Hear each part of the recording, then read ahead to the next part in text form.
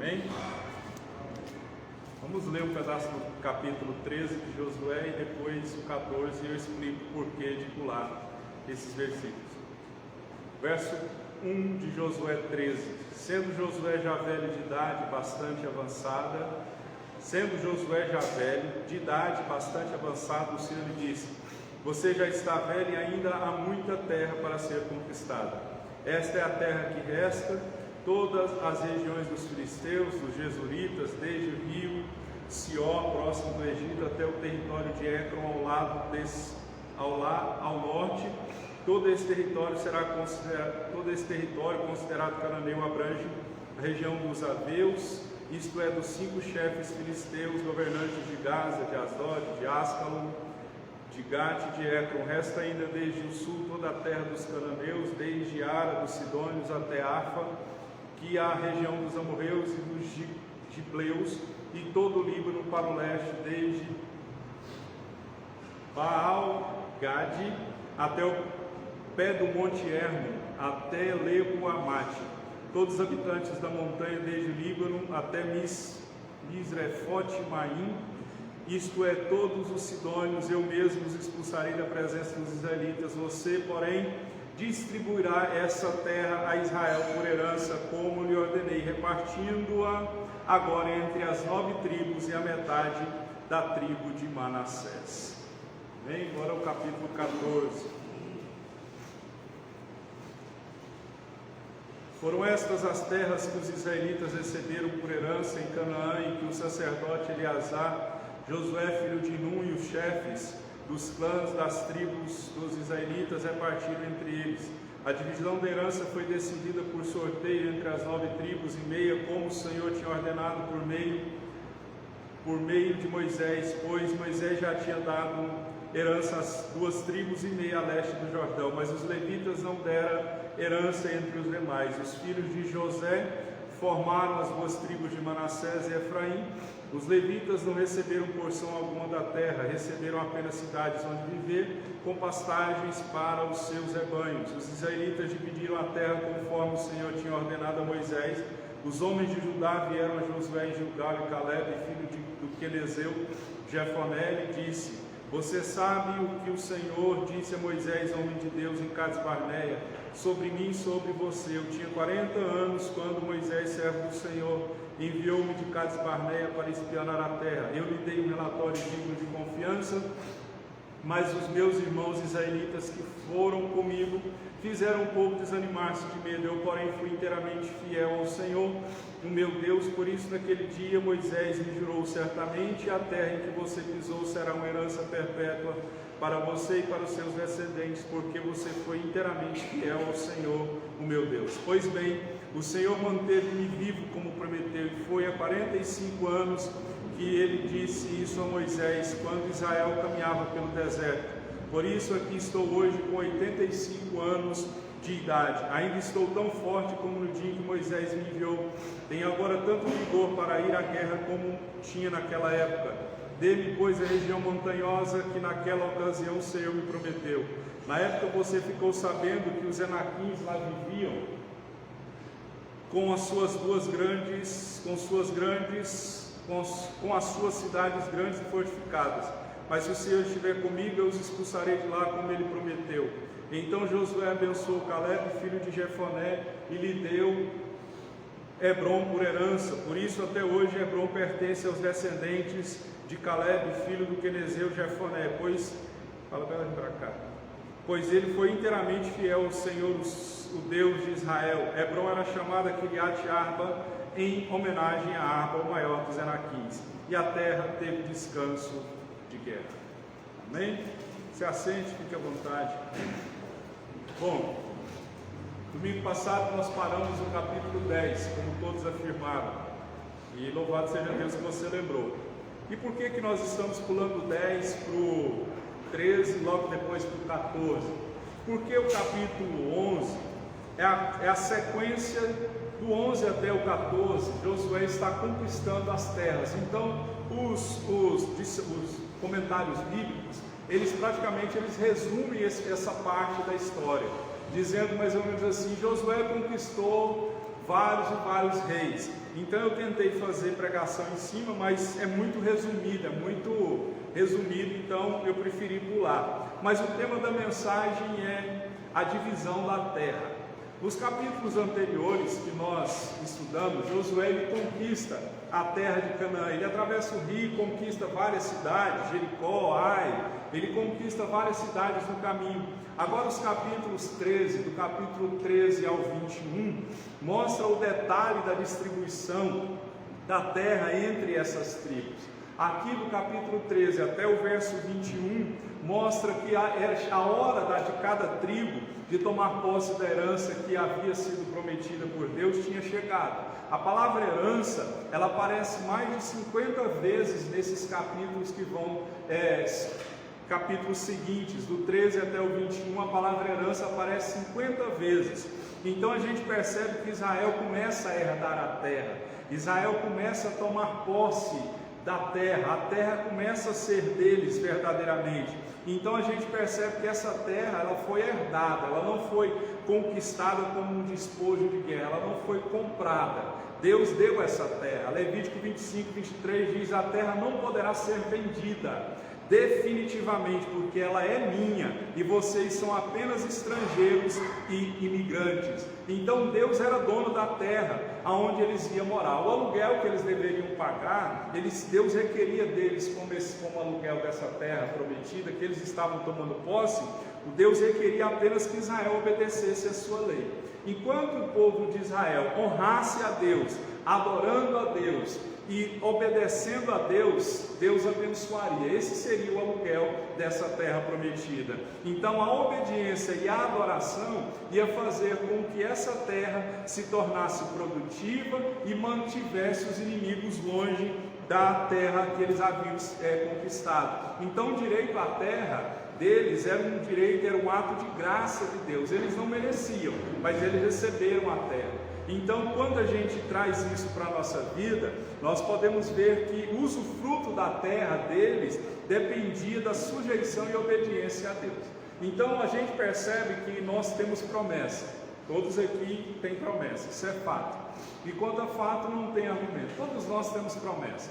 Como herança, nós não merecemos receber essa herança, mas como a graça de Deus é um ato imerecido, nós recebemos essa herança da parte do Senhor. E aqui é a hora do povo tomar posse da terra prometida.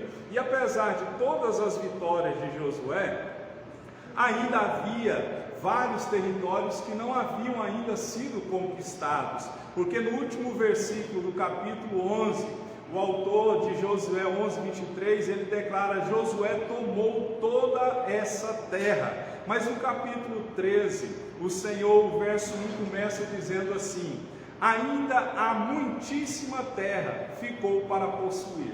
Então parece que um versículo contradiz o outro, parece que um fala uma coisa, mas outro fala outra coisa. Como explicar essa discrepância de Josué 11, 23, onde diz que Josué tomou toda a terra, mas o verso 1 de Josué 13 disse que ainda muitíssima terra ficou para possuir. Então há uma discrepância entre um e outro. E a gente, o que se entende? Mesmo que os israelitas tenham conquistado todas as fortalezas, as principais cidades de Canaã, havia ainda muitos povos que ainda não haviam sido conquistados. E aqui Josué, ele já estava com a idade avançada, e aqui Deus está falando para ele que ele não mais iria tomar posse. Josué não iria mais para a guerra, Deus não iria permitir Josué conquistar todo o resto da terra, porque o verso 1 de Josué 13 disse assim: sendo Josué já velho, de idade bastante avançada,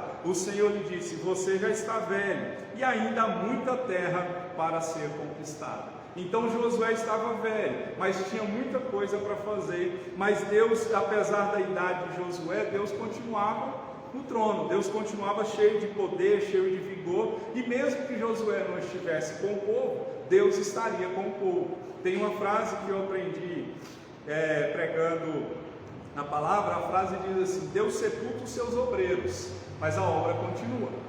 Então ninguém é insubstituível na obra do Senhor. Parece que vai ser estranho o que eu vou falar, mas eu vi algo muito bonito, que foi é estranho o que eu vou dizer.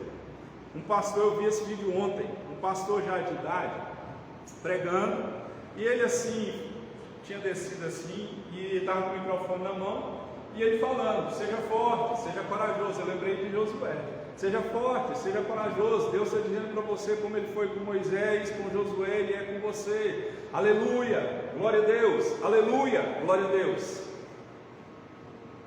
E ele cai e morre. A coisa bonita e vocês me entenderam? Porque ele morreu adorando e glorificando ao Deus de Israel. Então aqui Josué estava velho, tinha muita coisa para ser feita, e a gente percebe que Deus não se envelhece e não se cansa. Ele é o mesmo ontem, hoje e para sempre ele vai ser.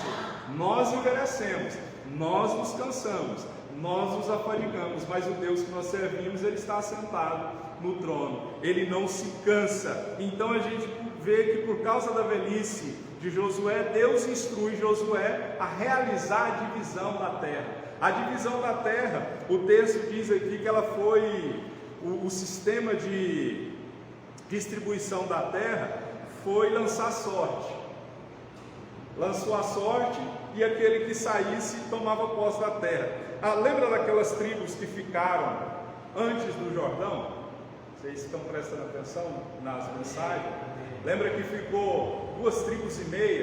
Elas pediram para Moisés para não atravessar a terra, porque a terra que eles estavam era uma terra boa para gado. Eles ficaram e não atravessaram. Aí Moisés permite com uma condição: vocês podem ficar com essa terra, mas só podem voltar para tomar posse dela quando nós conquistarmos a terra além do Jordão. Essas 2,5 tribos, aqui elas ficaram, elas já tinham recebido a sua parte, então elas só voltaram, depois de tudo praticamente terminado, eles voltam e tomam posse da terra. E no verso 14, no capítulo 14, as tribos que atravessaram o Jordão, do capítulo 14, do verso 1 ao 5, as tribos que atravessaram o Jordão também tomaram posse da sua parte na terra prometida. Amém? Então eu quero dizer, para trazer ânimo para você, a hora de você tomar posse da sua promessa há de chegar.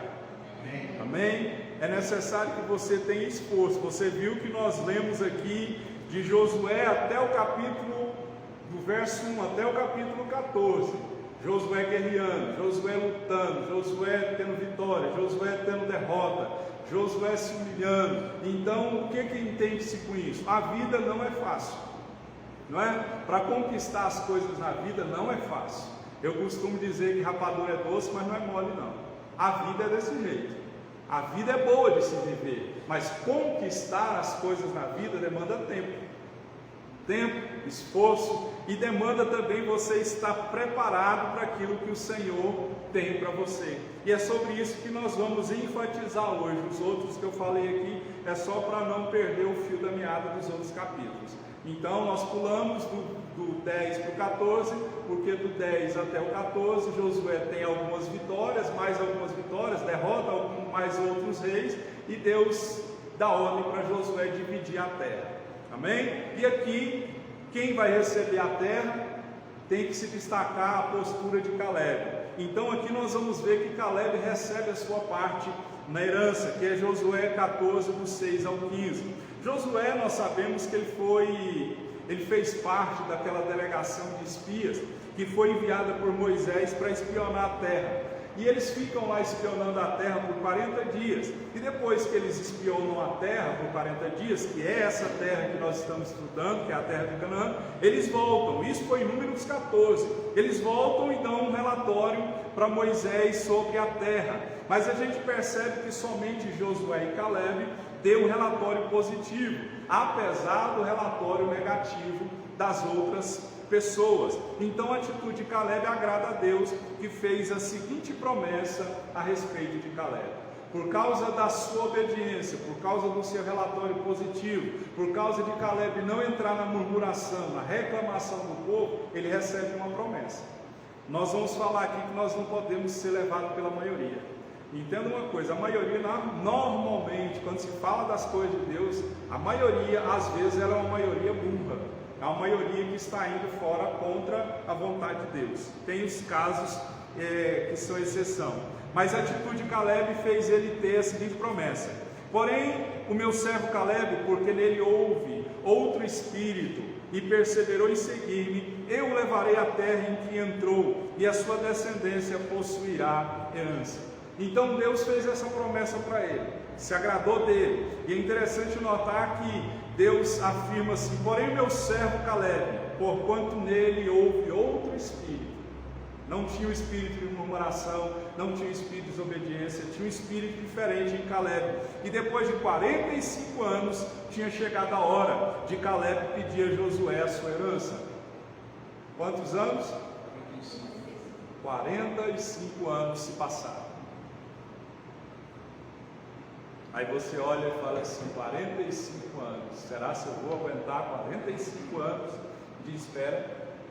Caleb esperou 45 anos para receber a herança dele, a promessa dele. E Caleb reconhece não somente ser o tempo, ele reconhece que ele estava preparado para isso. Em outras palavras, ele reconheceu e percebeu que ele tinha atingido a maturidade para herdar a promessa. Por isso que Caleb é um exemplo para nós, a ser seguido por nós, porque ele foi obediente, ele guarda as promessas, foi um homem fiel a Moisés, ele tinha caráter e personalidade, ele perseverou em seguir o Senhor, quando tantos ficaram no meio do caminho, não é? Quando eu olho para o meu ministério, se você fazer essa autoanálise também, você vai perceber que muitas pessoas ficaram no meio do caminho, não é? Elas não morreram, como morreu toda a geração antes de Caleb, mas muitos ficaram no meio do caminho. Ficaram ou não ficaram? Eu fico olhando o meu Instagram hoje, pessoas que outrora pregavam, cantavam, dançavam, faziam teatro, pessoas que eram ativas na obra, hoje elas estão desviadas, elas estão afastadas, elas se escandalizaram com Deus e com a obra, e muitos não acreditam mais em Deus e já se desviaram. Então é o que eu sempre digo: começar não é difícil, difícil é o terminar. Paulo diz: acabei a carreira, combati o bom combate, guardei a fé. A Bíblia diz: aquele que perseverar até o fim alcança a vitória. Então tem muita gente aí frustrada com Deus, não porque Deus frustra, porque Ele não é homem para mentir, mas muita gente está frustrada com Deus porque não soube esperar, foi desobediente, saiu da vontade do Senhor e hoje desviou. Caleb perseverou em seguir ao Senhor, ele não desistiu, ele soube esperar no Senhor, sem desistir. E a gente percebe que o tempo não impediu de buscar o Senhor.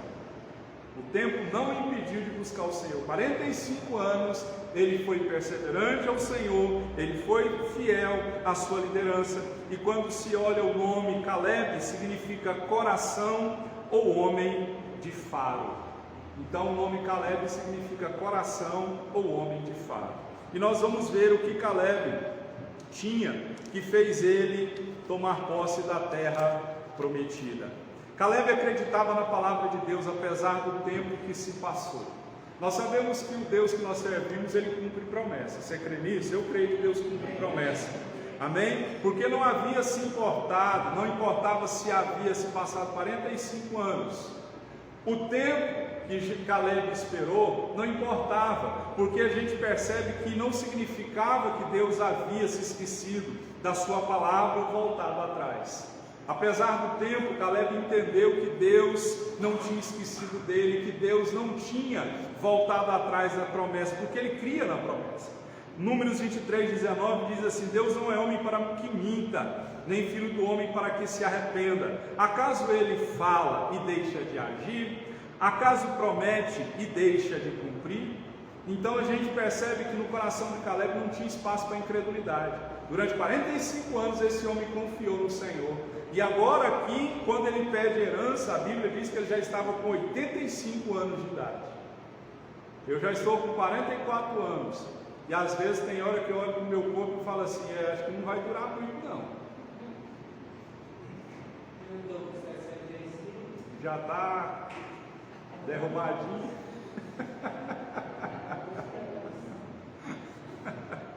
Meu pai está com 65, já está derrubadinho. Caleb estava com 85. E o texto diz que ele tinha vigor, ele tinha força, ele tinha ânimo. Amém? que nós sejamos como Caleb. Então no coração de Caleb não tinha espaço para incredulidade, para ressentimento com relação à promessa de Deus, porque muitas pessoas olham para o tempo e a gente sabe que o tempo para Caleb não foi impedimento para a promessa se cumprir. Então nós temos que entender uma coisa, é que a promessa de Deus ela não caduca com o passar do tempo. A promessa de Deus ela vai permanecer. Somos nós que esquecemos dela, somos nós que deixamos de reivindicar ela. Por isso que o salmista, no Salmo 119, ele diz: Senhor, lembra da palavra dada ao teu servo, palavra na qual tu me fez esperar. Aí você pode dizer assim: Deus esquece? Não, Ele não esquece. Ele é o mesmo ontem, hoje, vai ser eternamente. Mas nós nos esquecemos. Por que nós nos esquecemos? Porque muitos de nós não temos o hábito de anotar o que Deus fala conosco. Porque quando você anota em papel, o negócio vai apertar para você, você vai voltar lá naquilo que Deus falou com você. Quando o negócio aperta para o meu lado, eu logo dobro o meu joelho e tento lembrar a Deus. Deus, o Senhor lembra que foi o Senhor que me chamou? O Senhor lembra que o Senhor falou que de agora em diante eu não seria mais pescador de peixe, seria pescador de homens? O Senhor lembra, Deus, que o Senhor falou comigo lá em Ezequiel, capítulo 2, quer ouçam, quer deixem de ouvir, vão saber que passou um profeta no meio dele. O Senhor lembra, Deus, que foi o Senhor que me chamou? É lembrar a promessa, se apropriar da promessa. É isso que Caleb fez durante 45 anos. Ele entendeu que o tempo não era e não foi impedimento para a promessa se cumprir. Nós temos que entender que Deus usa o tempo para nos aperfeiçoar, nos preparar, nos tratar. Então certamente Caleb lutou contra o desânimo no coração dele, contra o sentimento do desânimo no coração dele ao longo dos anos. Ele era um homem como eu e você. Mas no final da história se percebe um homem que ainda acreditava na promessa, um homem que guardou a palavra de Deus no coração e não esqueceu da palavra. Então ele tinha guardado a palavra no coração. Salmo 119 diz: guardei no coração a tua palavra, para eu não pecar contra ti. Ou seja, ele não esquece do que Deus fala a respeito dele, porque ele guardou a palavra no coração, e a palavra certamente fez ele não pecar contra Deus. Então, quando nós guardamos a promessa, nós entendemos que a promessa vai se cumprir apesar do tempo. Então, quem sabe nós estamos olhando para o tempo como se o tempo fosse impedimento para a promessa não se cumprir. Não, ela vai se cumprir. Então, ele não se esqueceu. A Bíblia diz assim também que nós temos que trazer à memória as promessas de Deus à nossa vida. Lamentações 3:21 é claro em dizer: todavia lembro-me também do que pode me dar esperança. Em outras traduções diz: quero trazer à memória aquilo que me traz esperança. E o que me traz esperança na hora da dor, da angústia, da aflição, do medo, da solidão, da tristeza? É a palavra. A Bíblia diz assim: ela é lâmpada para os nossos pés, ela é luz. Então é por isso que nós temos que ler, meditar, para nós guardarmos a palavra. Porque quando você tem palavra no coração, pode vir o vendaval, pode as portas se fecharem, dá aquela baqueada, dá aquele desânimo assim, por uma notícia que você não esperava, mas logo você se apruma, logo você se levanta. Essa semana meu carro, para variar, estragou. Eu estava na rua, parei no sinal, parou no sinal, aí ele desliga sozinho. Ele desliga sozinho e não pega mais. Aí eu chamei um guincho, o guincho foi R$120. Aí leva no mecânico, o conserto do mecânico ficou R$1.500. Aí no outro dia foi mais R$150. Assim, uma semana. Então, na hora eu falei assim: Jesus, misericórdia, agora? O negócio já está apertado e ainda acontece uma dessa. Mas é o que eu estou dizendo, na hora a gente dá uma cambaleada, dá uma desanimada, mas logo você fala assim: tudo coopera para o bem, glória a Deus, louvado seja Deus. Deus é Senhor, Deus é provedor, Ele sabe todas as coisas. Eu posso não entender agora, vou compreender depois. É a vida do crente, irmão. A vida do crente é essa. Agora, vai desesperar, vai pular na ponte, vai entrar debaixo do caminhão e falar: ó céu, ó vida. Não, Nós temos uma promessa, mas muitas pessoas entendem a promessa de uma forma errada. Pensam assim: bom, se eu tenho promessa, Deus vai me preservar e vai me colocar dentro de uma redoma, dentro de uma bolha, e vai me proteger do mal, e nada vai acontecer de ruim para mim. Não conhece a Bíblia. Jesus diz: no mundo tereis aflições. Mas a orientação de Jesus, a fórmula para a felicidade é: tenha bom ânimo, eu venci o mundo. Então esse é o nosso segredo, ter bom ânimo na hora da dor, na hora da aflição. Então aqui a gente vê Caleb lembrando da promessa. 45 anos haviam se passado e esse homem ainda acreditava na palavra. 45 anos se passaram. Então, para receber a palavra, receber a promessa, aliás, nós temos que guardar a palavra no coração. E Caleb entendeu que a palavra de Deus era digna de confiança, independente do tempo. Caleb continuava confiando na promessa do Senhor. Então, queridos, pode passar céu e terra, a palavra vai se cumprir. É a verdade de Deus para mim e para você. Então eu não sei o momento que você está passando, se é um momento de escassez, de dificuldade, de bênção, de colheita, eu não sei. Mas eu te deixo a orientação que Caleb deixa para nós aqui. Guarde a palavra, acredite na palavra, lembre a palavra, viva a palavra, porque sendo assim nós vamos entender que nós somos mais que vencedores e todas as coisas vão cooperar para o nosso bem. Como Paulo disse, aprendi o segredo de viver contente.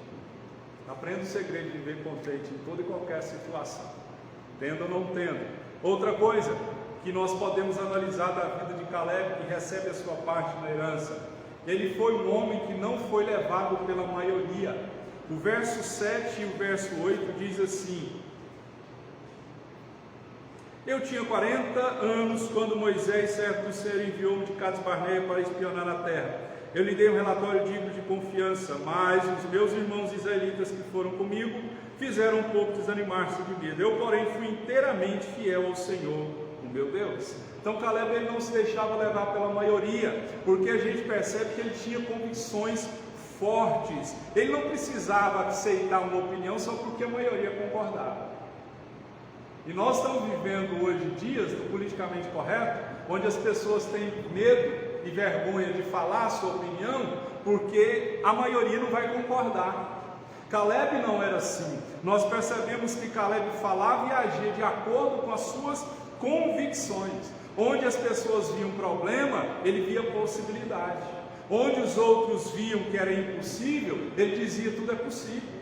Porque os outros espias disseram: a terra realmente é boa, manda leite e mel, mas é terra que devora gigante. Caleb e Josué, mas no caso de Caleb aqui, a Bíblia diz que ele foi inteiramente fiel ao Senhor. Eu lhes dei um relatório digno de confiança. Então a gente percebe que, me perdoe as Marias, mas é um ditado, né?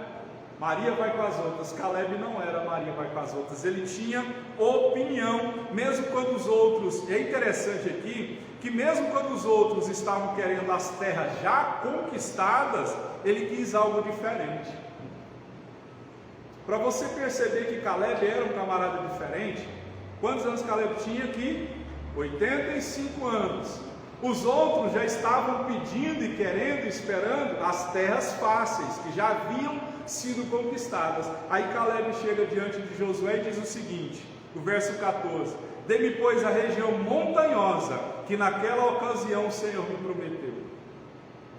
Aí você olha para um senhor de 85 anos de idade, que já estava na hora, segundo a nossa ótica, de sentar numa rede, uma cadeirinha de balanço, e viver ali o que ele tinha conquistado. Mas a gente percebe que ele pede uma terra difícil e uma terra que ainda não tinha sido conquistada, que era uma terra de região montanhosa. E se você analisar o texto, era a terra dos Enaquins. Os Enaquins, lembra de Golias? Aí você vê um homem que não era levado pela maioria nem nisso. Lá atrás, quando os espias foram espiar a terra, ele disse: a terra é boa, nós vamos conquistar, vamos subir, vamos conquistar, enquanto os outros estavam dizendo não. Aí agora, quando todo mundo quer uma terra fácil, que já está conquistada, já houve guerra, ele vira para Josué e diz: me dá a região montanhosa, aquela que o Senhor me prometeu naquela ocasião. Então a gente percebe que ele tinha personalidade, ele não se deixava levar pela maioria. Ele poderia pedir uma terra fácil, mas ele pediu uma terra difícil. Até nisso ele era diferente. Então ele falava o que sentia, mesmo que a maioria estivesse contra ele. Ele não precisava aceitar uma opinião só porque a maioria concordava. E é assim, irmãos, você não precisa concordar comigo, eu não preciso concordar com você. Se eu estiver falando fora disso aqui, você não tem que concordar comigo. Você concorda comigo? Mas se eu estiver falando dentro disso aqui, você pode não concordar, mas vai cumprir, porque não fui eu que escrevi. E o que acontece hoje? Hoje as pessoas têm medo de falar a sua opinião. Tem medo de dar a sua opinião, porque vai ser cancelado na internet, né? Vai ser taxado de politicamente correto, e tem medo. Há um tempo atrás, na época aí, eu não vou falar o nome aqui, porque falar esse nome aqui o Instagram pega. Vocês lembram, né, do que eu estou falando? Do negócio aqui? Eu falava muito, vocês lembram, né? Da tatuagem, esses negócios aqui, né, que pôs no braço, todo mundo pôs no braço, né? Vocês sabem, né? Porque o Instagram pega. Aí eu falar aqui, corta na hora. Deve ter algum código, alguma coisa, né, que eles pegam. Enfim. Aí uma pessoa vira para mim e falou assim: pastor, o senhor vai perder sua conta do Instagram. Se você olhar no meu Instagram, está lá que a minha conta está ameaçada de ser bloqueada, perdida. Eu pensei comigo, não ganhei R$1 no Instagram. Para mim, se cancelar o meu Instagram, eu abro outro. Se bloquear a minha conta, eu abro outro. Se bloquear uma, eu abro outra. Se bloquear outra, eu abro outra. Mas eu vou continuar falando aquilo que eu acho que é a verdade. É você ser convicto daquilo que você tem certeza, de acordo com os seus princípios, de acordo com o princípio da Bíblia. Agora eu vou mudar porque alguém quer que eu mude? Se eu estiver dentro da palavra? Não, você não precisa mudar. Se estiver dentro da palavra, você sabe que você está dentro da palavra. Quem tem que mudar é quem está fora. Paulo disse assim: fiz inimigo de vocês por falar a verdade. Então falar a verdade vai gerar inimigos. Se falar a verdade de Deus vai gerar muitos inimigos. Por isso que Jesus diz: bem-aventurados os que são perseguidos por amor ao meu nome. Agora, quer ser levado pela maioria? Faz o que a maioria está fazendo. Mas a gente sabe que é um jugo desigual, né? Não pode ter luz, comunhão de treva com luz, não há comunhão entre Cristo e Belial, não é? Não tem como. Então Caleb, ele agia e falava de acordo com as suas convicções que ele tinha da parte do Senhor. Então quem tem personalidade, ele tem autonomia em suas decisões. A gente vê que uma pessoa indecisa, ela é como um camaleão, ele vai pela opinião dos outros. Quem já teve piolho aqui sabe. Tem gente que é igual o piolho, fica andando na cabeça dos outros, não tem firmeza. É aquela pessoa que é levada pela maioria, ela não tem opinião, ela não consegue decidir. Quem não consegue decidir, outros vão decidir por você. Te dou um exemplo. Você já foi em um restaurante, enche salada, o garçom traz um cardápio. O que você quer? Qualquer um. Qual que você quer? O que você quiser. Qual que você quer? Escolhe aí. Aí o que vai acontecer? Alguém que tem opinião mais forte, ele quer esse aqui. Aí você vai comer uma coisa que você não quer, você não gosta, porque você deixou alguém decidir por você. Vocês estão me entendendo? Não tem opinião. É aquela história que eu sempre conto. Mulher, quando vai comprar roupa, na maioria das vezes ela leva uma outra pessoa, não é? Uma amiga. Às vezes sim, outra não. Mas por que leva? Para saber a opinião, não é? Da outra pessoa. Aí o que acontece? A mulher vai lá, compra a roupa, veste a roupa, gosta da roupa. A roupa fez até um milagre, emagreceu a pessoa, A pessoa ficou mais magra na roupa, gostou da roupa, aí ela cai na besteira de perguntar para outra pessoa: o que você acha, amiga? Acho que você ficou gorda, ficou feia, ficou ruim. Aí o que acontece? Você vai deixar de comprar roupa que você se sentiu bem, você vestiu bem, porque a outra pessoa não gostou. Amém? Não seja assim. Agora o homem, e já aconteceu comigo, aconteceu esses dias para trás. O homem é assim quando vai em shopping, em loja. Entra, veste a roupa não serviu, ela ficou ruim, mas a agonia do homem de sair de dentro da loja e ir embora para casa é tão grande que ele vai embora com a roupa ruim. Não é? Estou mentindo? Mede no pescoço, alguma coisa, e fala: não, tá bom. Não, tá bom, vamos embora. Né? A tristeza do homem é ir na loja com a mulher. Não é? Estou mentindo? Você, aí, toda vez que eu vou com a minha esposa, com a Laura, agora junta as duas, né? Aí junta as duas, aí é uma paciência, aí pega a roupa, olha, veste, não, vai lá, olha, veste, não. Aí agora eu já procuro um lugar para me sentar e eu já fico lá. Eu sei que é guerra perdida, então eu não podia deixar de falar que o primeiro homem na face da terra que ganhou uma discussão contra uma mulher foi Johnny Depp. Foi o único que ganhou a discussão com a mulher, foi ele. A advogada dele era mulher. Bem lembrado. Eu fui pregar quinta-feira na igreja ali perto do Terminal Bandeira, do pastor amigo nosso. Aí Deus me mandou falar com o casal. Eu perguntei assim: se eles são casados? Aí eu olhei na aliança, até fiz assim para saber o lado que a aliança estava no dedo. Eu falei: se eles são casados, eles não somos noivos. Aí eu já virei para o rapazinho e falei assim: já vou te dar um conselho. Ela sempre vai estar certa, você sempre vai estar errado. Acostuma com isso aí, o seu casamento vai durar muito tempo, se você acostumar com isso aí. Então, queridos, não seja uma pessoa indecisa. Não seja uma pessoa que é levada por maioria. Amém? Se a maioria está de acordo com a palavra de Deus, vai com a maioria. Mas se a maioria estiver fora da palavra de Deus, deixa a maioria de lado. Amém?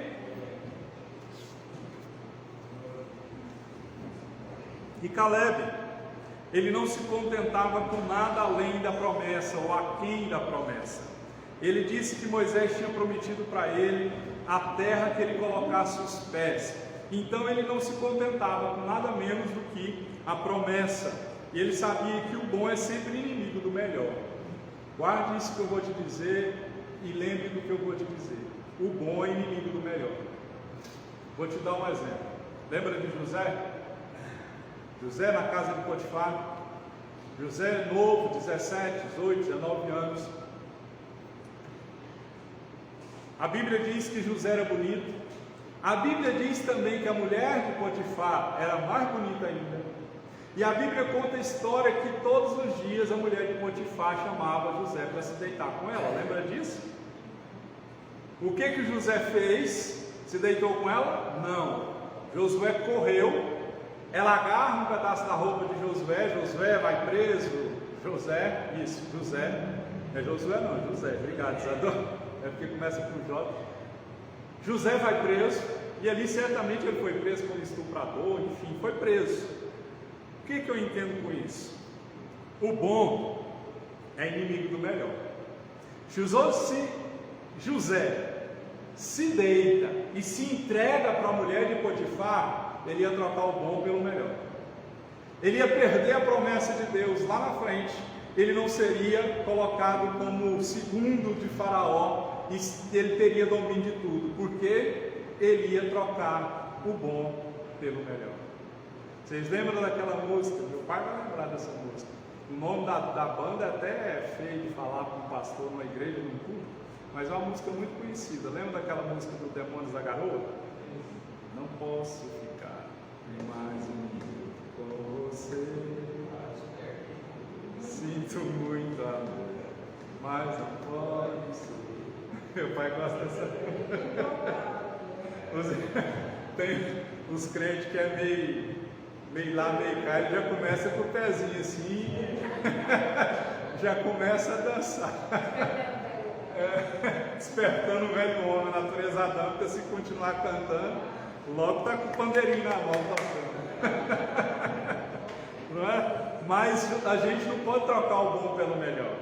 Então, no caminho da promessa, guarde isso que eu estou dizendo, no caminho da promessa vão aparecer coisas que aparentemente vão ser boas.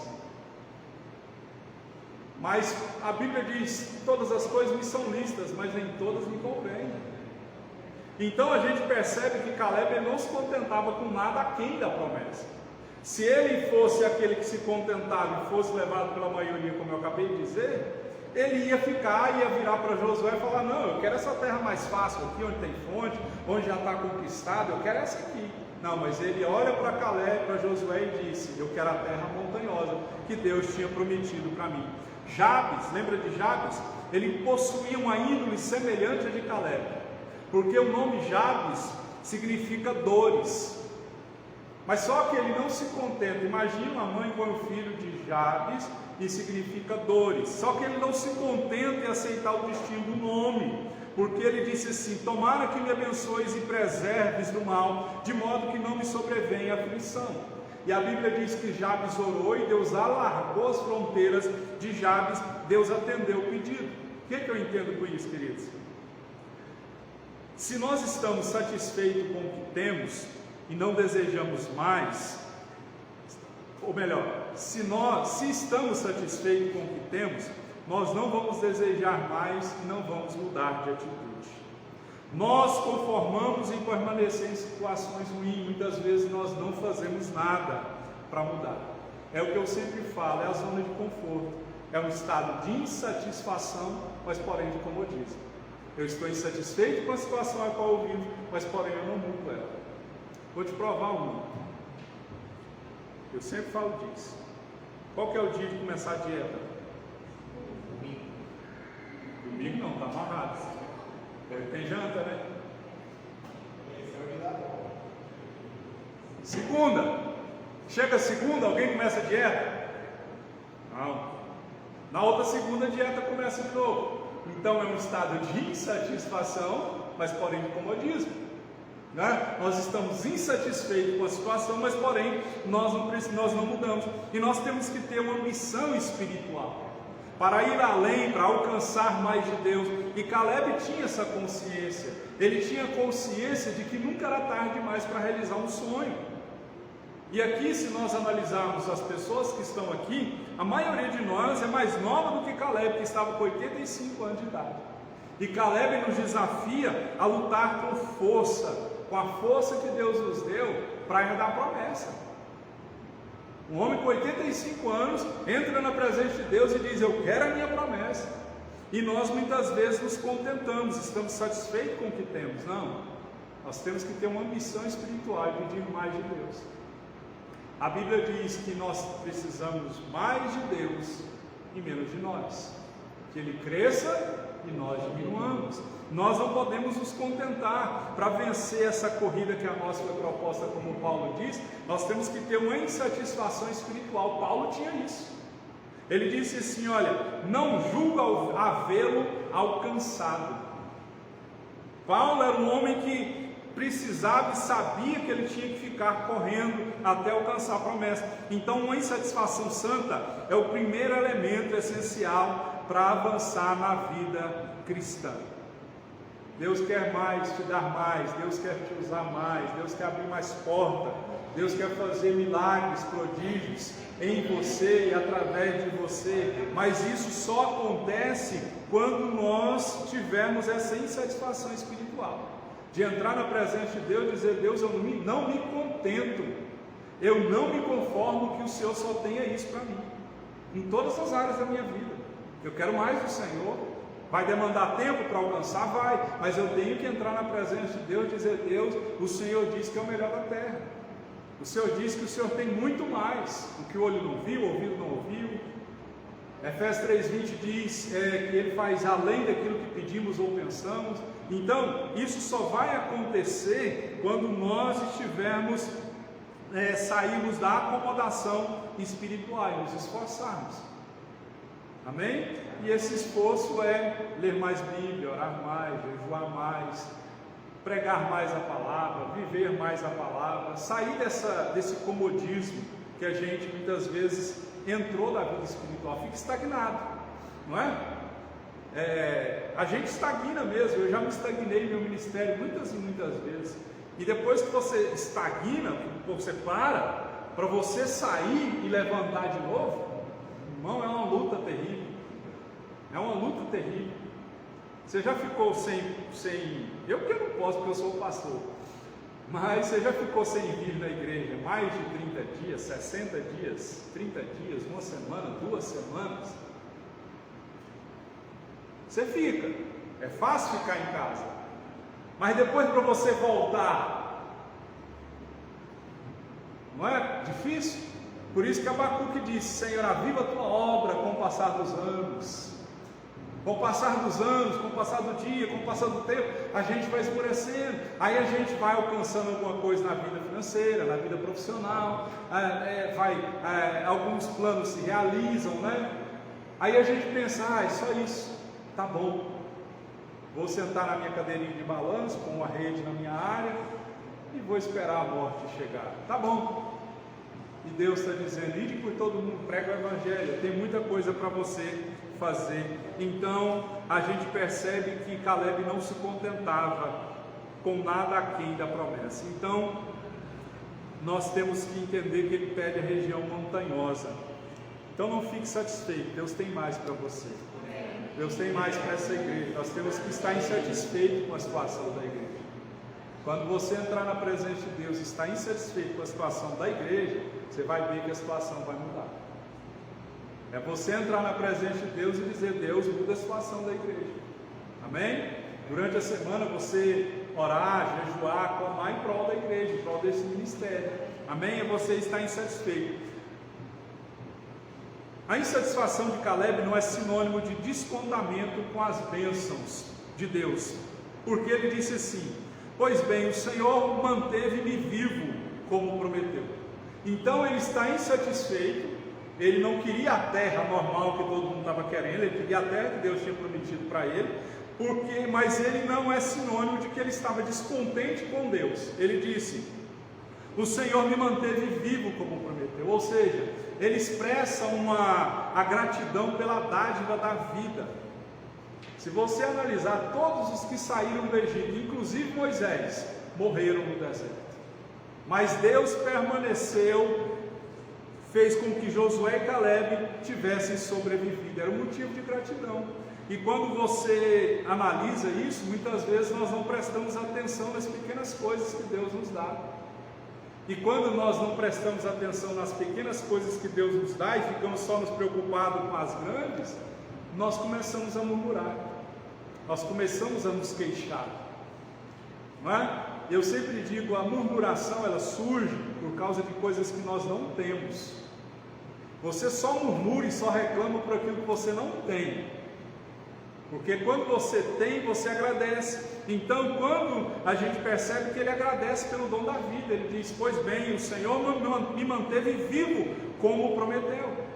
Então quantos que nós conhecíamos já morreram e nós estamos vivos pela graça de Deus?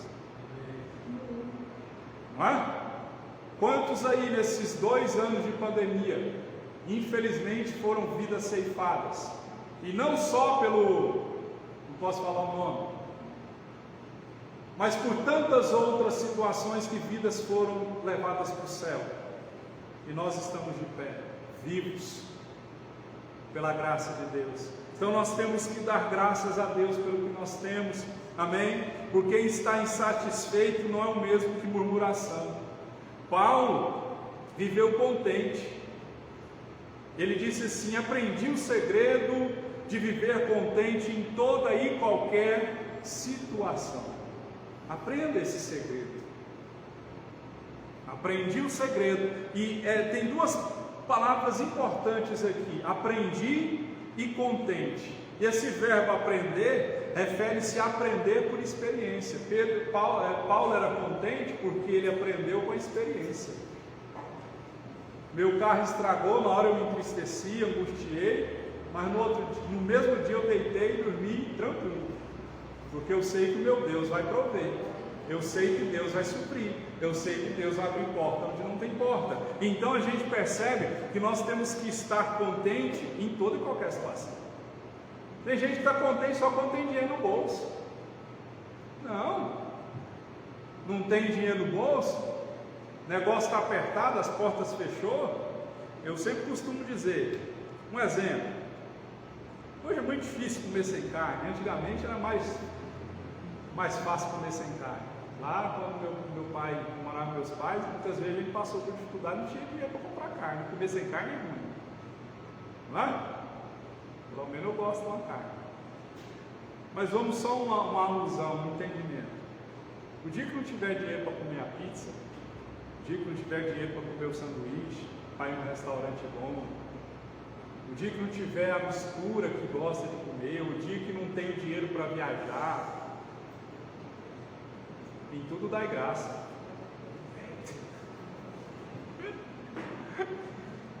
Tiago, você vai apanhar.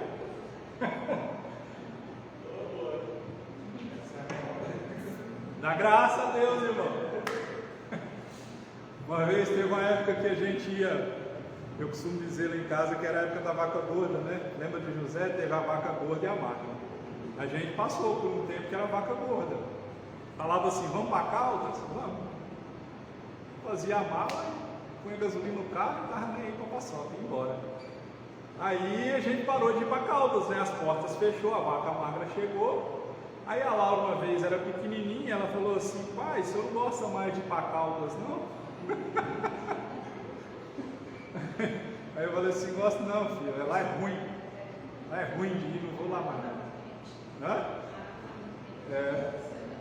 Aí a gente teve uma época também que a gente saía e ia para o sanduíche. Tinha culto terça, quinta, domingo. E toda semana ia 2, 3 vezes para o sanduíche, para a pizzaria. Lembra daquela que tinha ali que a gente ia muito, até fechou? Como é que era o nome? Não, é pizza lá? Pizza lá. Isso, na Avenida D, uma pizza muito boa. Isso é um 70, por isso, vaca magra, vaca gorda, muito tempo atrás, irmão. A gente ia muito, nós íamos muito lá. Aí, uma vez eu lembro também, eu ia muito no espetinho do Rochinha. Eu não sei qual dos dois falou também, pai, você não vai mais no Rochinha, você não gosta de lá? Não, eu falei, não gosto. Ruim demais a comida. Então, irmãos, o que eu quero que vocês, que Deus quer que nós entendamos, é que nós temos que estar insatisfeito, mas insatisfação não é murmuração. Amém? Nós temos que estar insatisfeito, mas essa insatisfação é entender que a insatisfação de Caleb gera nele determinação, de buscar coisa nova, de correr atrás de coisa nova. E essa insatisfação sem determinação gera frustração. Então eu tenho que estar insatisfeito, mas também estar determinado a mudar. Porque se eu estou insatisfeito e não tenho determinação para mudar, vai gerar frustração. Porque os anos vão passar e vai chegar uma época que eu vou olhar e dizer, bom, e aí, o que eu tenho? O que eu conquistei? Nada. Então, muitos estão insatisfeitos com a vida, mas não fazem nada além de murmurar e criticar. Vamos ficar de pé e vamos pedir a Deus para nos dar mais, para nós clamarmos mais e para que nós venhamos tomar posse da nossa herança. Amém? Eu vou orar por você para que você e eu venhamos tomar posse da bênção prometida para nós. Amém? Vamos orar e você vai, se você lembrar, você vai orar assim: Deus, lembra da palavra que o Senhor me deu. Aí você vai usar algum versículo, algum dia, não é? Hoje os irmãos aqui, quando eu vou orar, eles parecem repórter, né?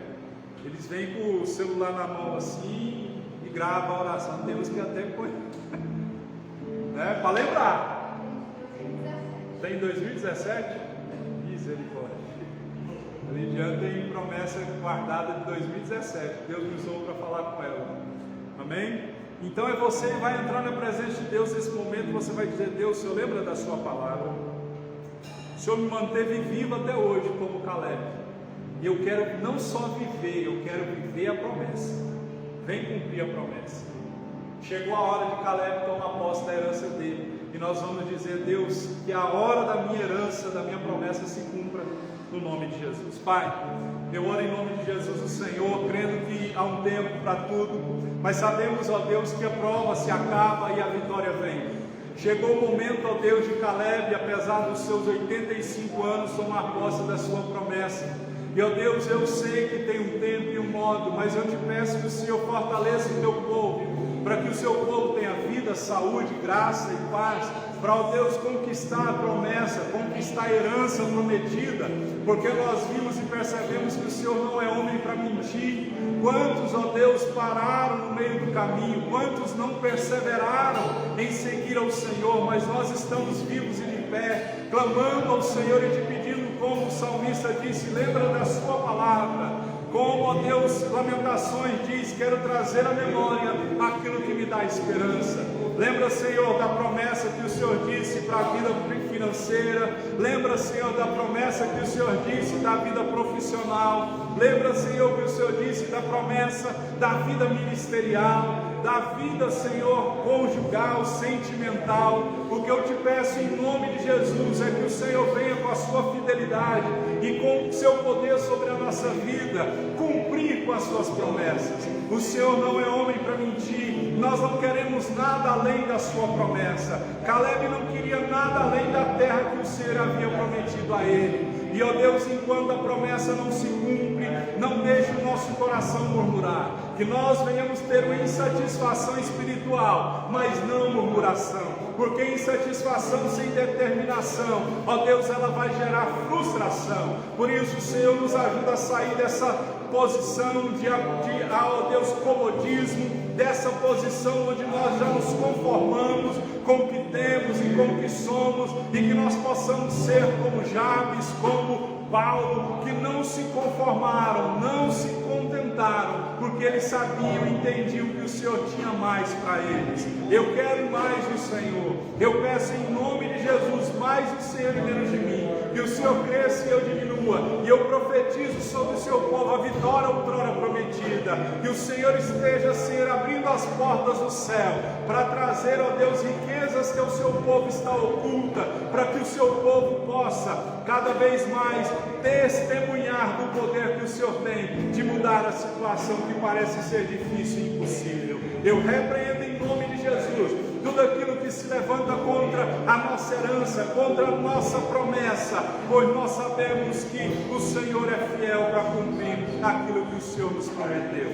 Ajuda-nos a perseverar e ajuda-nos, ó Deus, a ser constantes nessa caminhada de fé. É o que eu lhe peço, no nome de Jesus. Amém. Amém?